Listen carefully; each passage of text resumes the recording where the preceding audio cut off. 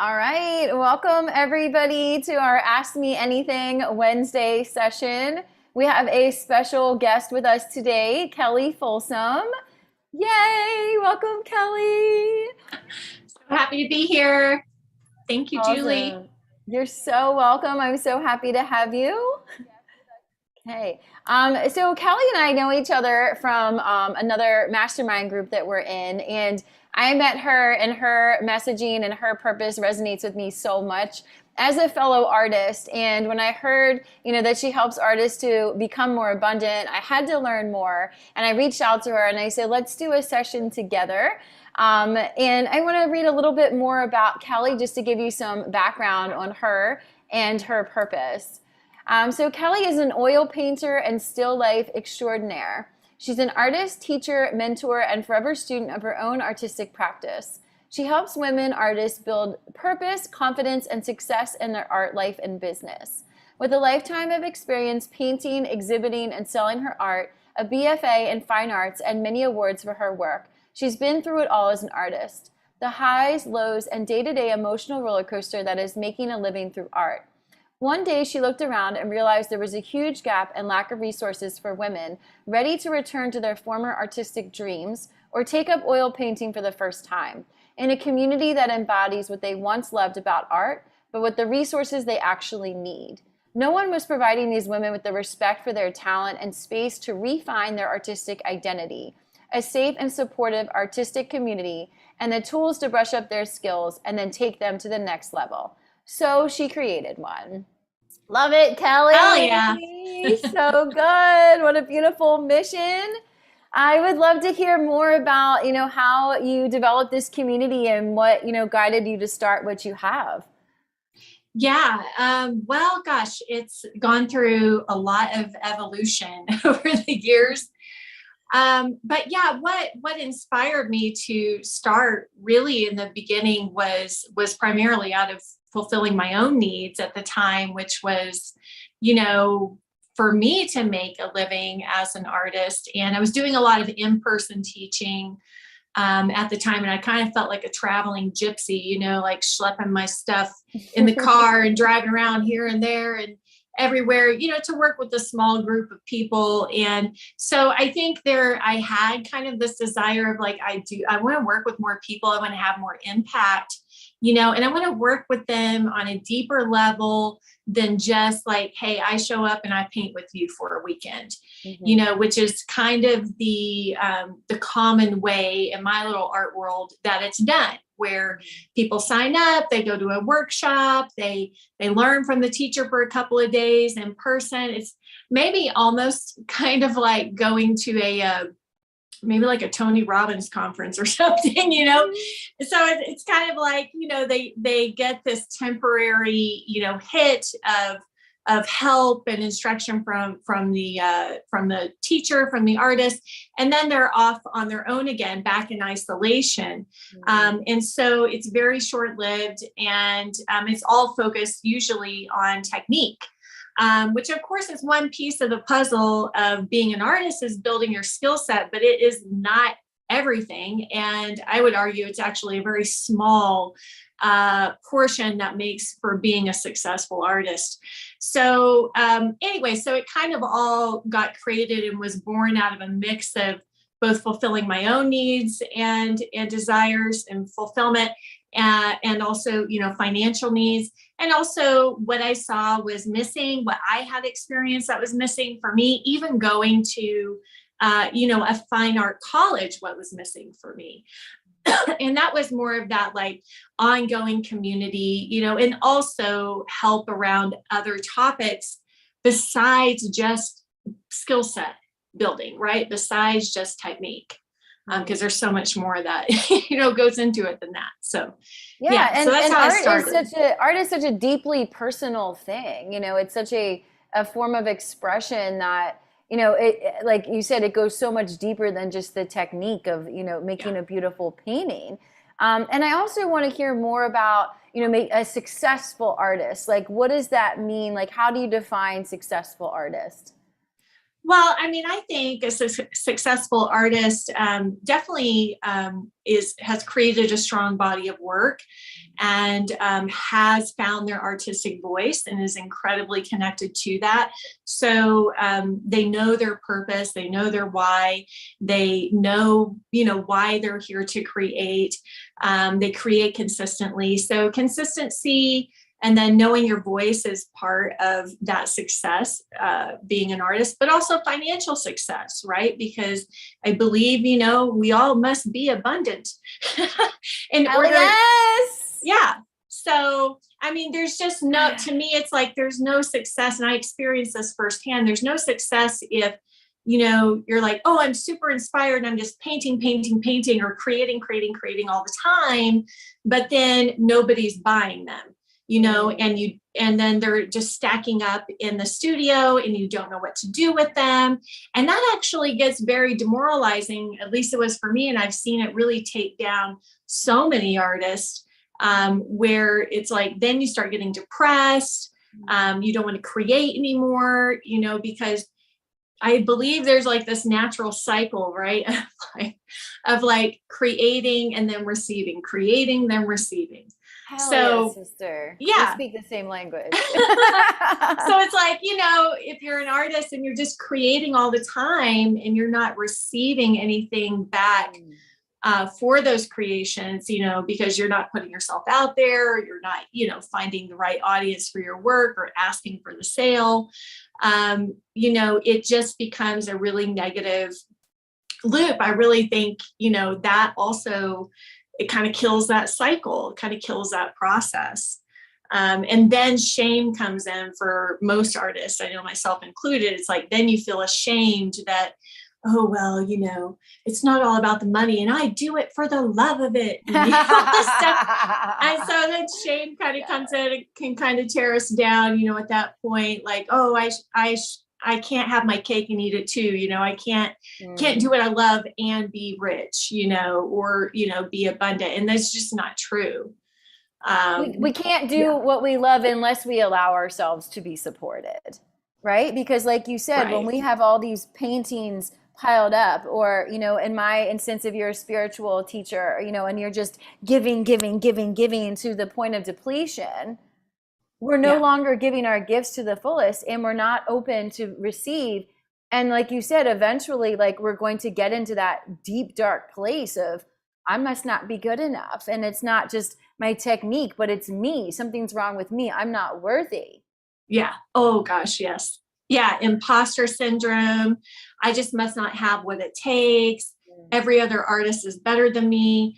And then with artists too, it's like the build it and they will come fallacy of like, oh, just get so good that they can't ignore you. Just keep hammering down on your craft, just get so good at your craft, get so good at your skills, and, there's a whole other, system that works in order to turn that creation into abundance.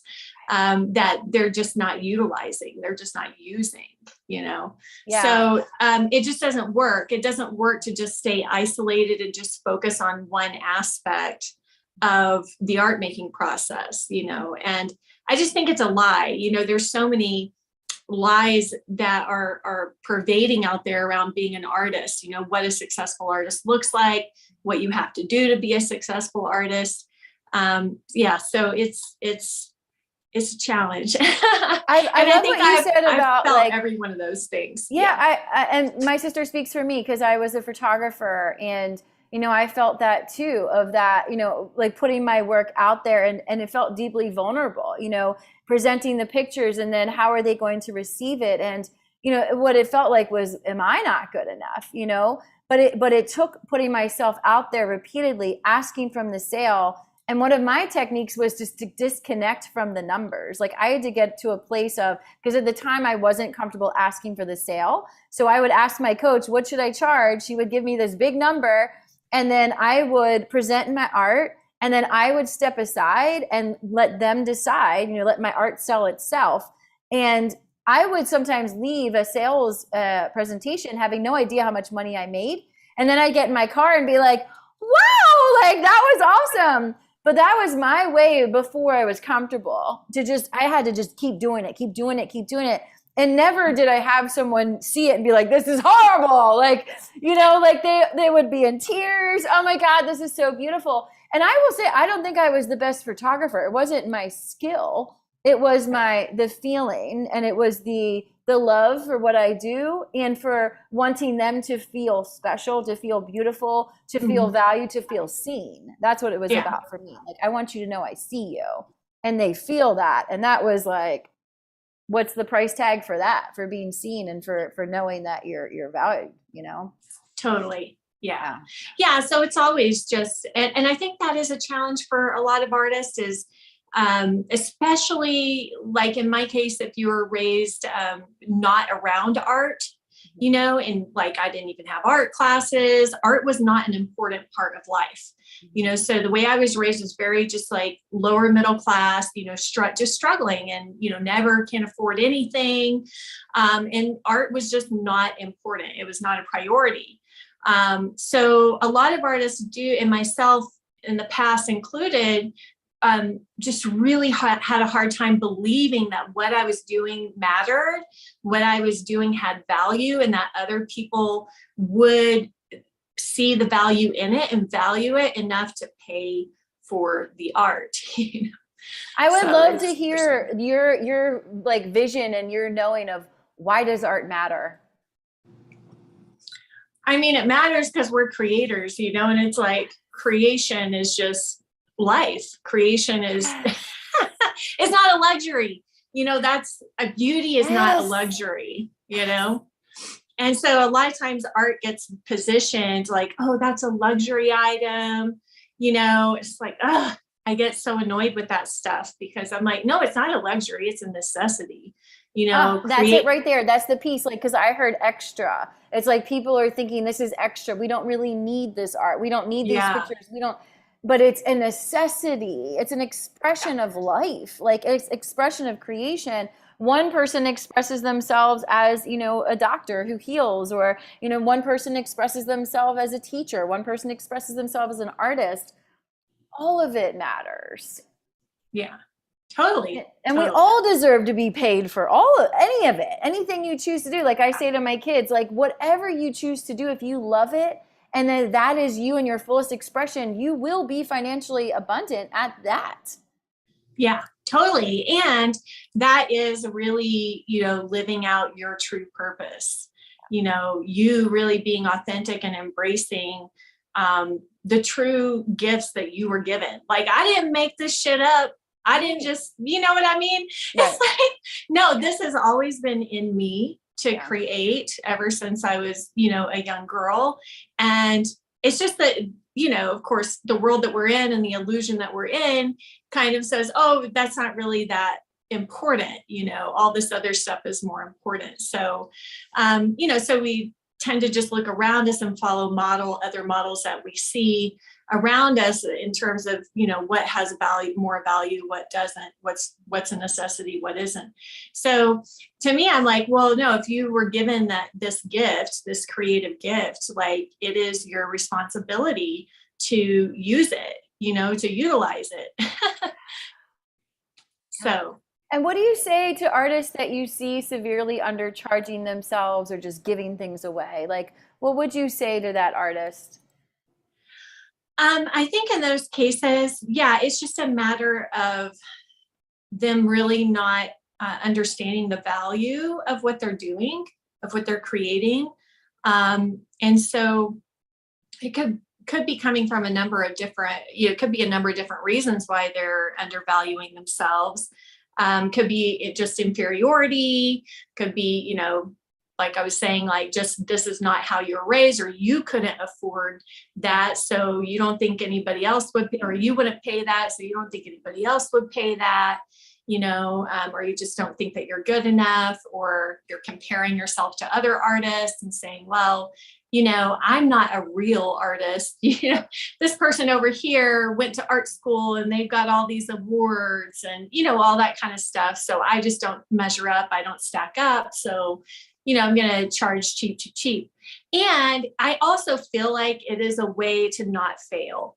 It's like, if I just like charge so little, and I've been in that trap so many times throughout my art career, and it is a way to not be rejected, to not fail, because if you are trying to make it so inexpensive or even free, well, then you don't have to deal with the feelings of, oh, they turned down my offer, or they didn't want to pay that for my work, so you avoid kind of that rejection feeling or that failure feeling, which really comes from that place of feeling like you're not worth it. The problem that I've experienced firsthand from operating that way over the years is like, for me, it always became like a resentment cycle, so I would be like, oh, I'm being so generous. Look at me. I'm so generous, and then that would, my customers would be like, oh yeah, Kelly's so generous, and then it would end up in the end biting me in And the you don't want to ass. hear your customers be like, oh my God, she's like so inexpensive. Like everyone should go to her. It's like, oh no. Well, and not that I'm not generous, Yeah. but this word, Yeah. it kind of gets like made into, I don't know. It's We can be generous in fascinating. other ways. Like you could add Yeah. more yellow to your painting. Be generous with Yeah. the like medium that you're using. Like and that's the thing. It's like, and I think especially for artists, it's one of those things where it's like, well, this is so fun and this is easy for me to do, so I shouldn't charge much for it, right? Like, how could this be work? This doesn't feel like work. And if I believe that, making money is hard and this doesn't feel like work, therefore I should not charge much for this, or I should just give it away. This is beautiful. This will make them happy. And you can ask yourself, what are you getting out of that? Because we do things like this because we're getting something out of it. Like Kelly said, you don't have to be rejected. It could also be people saying, oh, she's so generous. Like, look what a nice girl she is. Right. So there's something that they're getting from it too, that's serving them in some way, even if they're not getting the financial return. They're justifying why they're not. Yeah, totally. Exactly. There could be like, a number of reasons why you're doing it. So it's really a matter of getting clear on that. And I also think it's there has to be eventually a mindset shift that happens where, you say, I'm either operating as a business or I'm not, because, businesses are not just, they have to have revenue, right? Like they have to have cash flow coming in the door. And what I've learned too is like, when I in the past would give too much stuff away for free or way undercharge, I'm really in a way doing a disservice to my customer because, then they undervalue it and they're not as committed to it, and so, it's an interesting. And that's a vicious cycle too, because we can grow our audience, and I fall into this trap too. Like, yeah, sure, if I do free readings, I'm going to grow my audience. People love my readings, right? But is that attracting my ideal client who just comes for a free reading and never has any intention of investing a penny with me? I'm in business too. Like I gotta keep my doors open. I have to pay, everything I have to pay.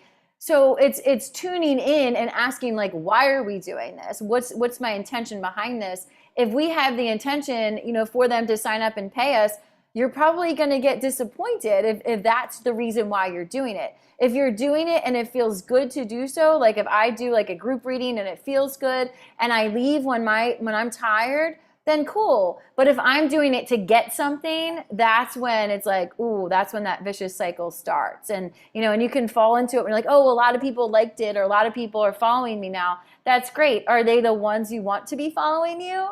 It's like, it's not the amount, it's the quality, quality over quantity. And you want to attract more of those that you want to work with. So I say like the higher you charge, and if you want to attract, a higher paying client, raise the prices, don't lower them to have more lower paying clients. Raise those prices. You can sell a lot less and make the money you need to stay in business and keep growing.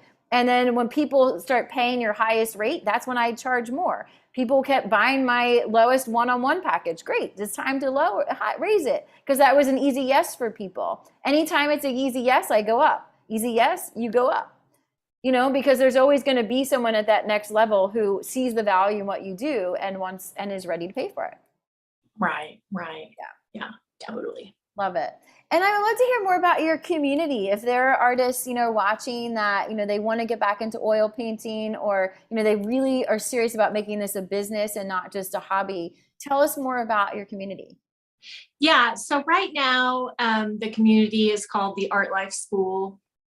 And yeah, so it's a mix, not everybody in there is like hardcore pursuing their art business, so we have all artists in there from like, they just now are picking up a paintbrush and just starting to learn to paint. So we have total beginners.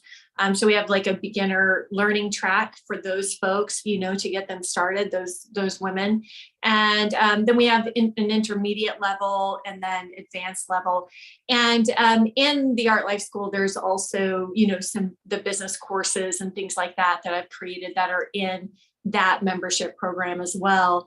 One of them in which like we just wrapped up doing the live version of Finding Your Artistic Voice, which is really recommended for intermediate skill level and beyond, just because sometimes not that beginners can't do it, but sometimes beginners are all just so overwhelmed just with like trying to understand the basics, and just kind of get past that, past the suck stage,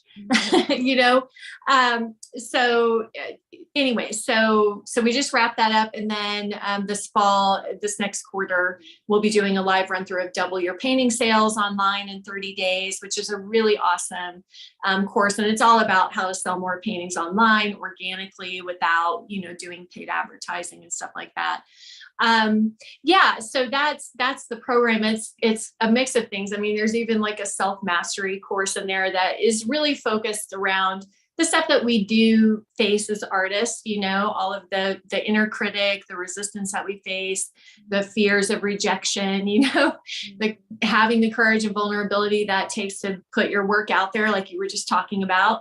I always find it really funny. Like when I was a kid, I was always told like how sensitive I was all the time, oh, you're too sensitive. Oh, you're too sensitive. You take everything so personally, So it is funny because a lot of artists, we are very sensitive people, and our work is incredibly personal, like you were saying earlier, and we feel very personal about it, and so it almost feels like it's if somebody rejects our painting or criticizes our painting, it can sometimes feel like they're like, we'll take it personally, so I find it funny too that as a kid who had such a struggle with rejection, dealing with rejection and all of that, that then I was an artist. It's like such a weird thing, but I just think it is a beautiful thing because every bit of it has really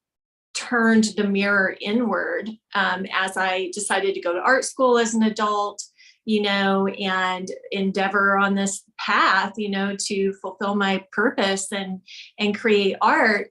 I was immediately faced with so much criticism and so much rejection. And I mean, it's just like ongoing, it seems like if you're an artist. And it can just be everywhere, but it's really such a blessing because it really taught me, to take back my own power, and to not give other people that power, like, and to listen to critique or, like take things more objectively, even rejections in business, or, you fail to hit a goal that you set or something. It's like to be objective about it. Like, this is not the end, and this has nothing to do with me. This has, and it's like when one door closes, it's just not that door, that door, like, and they say like rejection is God's protection. I also love what Dr. Erin Wilkerson says, that when we get offended, it's because we're making it about us. This art, this expression, this creation is for the world. It's no longer, if you can identify from this is me, this is a part of my expression. No, this is just my creation. This is something that comes easily to me, that's expressed through me. and allowing myself to be that divine channel of creation, as we all are, I believe. Right. And then to just, here it is. And then to come to that place of like neutrality, just like, this is it. And, you know, take it or leave it. If you love it, awesome. And art is very subjective. Teaching is subjective. You know, what I do is subjective as well. Some people will say, you changed my life forever. And other people will be like, I didn't feel anything, you know? So it's like, I don't know, like everything's up for interpretation, right? And it's all our perspective anyway. So, yeah, well, totally. I love getting to talk with you, and I'm so happy, you know, that we have you as a resource for our community. And how can people find you online? I'll put all the links in the description, but if you could just share, where can people find you online? Yeah, so my website is artlifewithkelli, Kelli.com. That's where you can find everything in terms of working with me, studying with me in the Art Life School. We also have a 5-day challenge coming up at the end of this month. If anybody wants to jump in on that and give that a shot, it is so much fun. We even have prizes and things like that. But it's really a great way for somebody to kind of taste test me and my teaching at an affordable price. And yeah, so it's all at artlifewithkelli.com. Of course, I am on every freaking social media thing there is. You can easily find me on Instagram, Facebook, YouTube, all those things. So I have my podcast as well, and that gets posted to YouTube as well. And right now I'm in the middle of revamping my my Art Stars Business Breakthrough event, which, you know, hopefully will be happening this fall, and working on that right now. And the follow through of that, which will be the 1-year private small group, you know, working with me, artists, art stars, you know, building their business for visual artists. So that's really open to any visual artist. You don't have to be an oil painter or anything like that. So that'll be coming soon as well. So yeah. Beautiful. Oh, thank you so much for being with us today, Kelli. And anybody, you know, watching this live or on the replay, just put the comments below this video, and Kelli will respond, you know, as she sees the comments come through. Follow her, you know, and subscribe to all of her pages too, so you can stay in touch with her. I know we have lots of artists in our community. So awesome. Thank you. Thank you so much, Kelli. Yeah.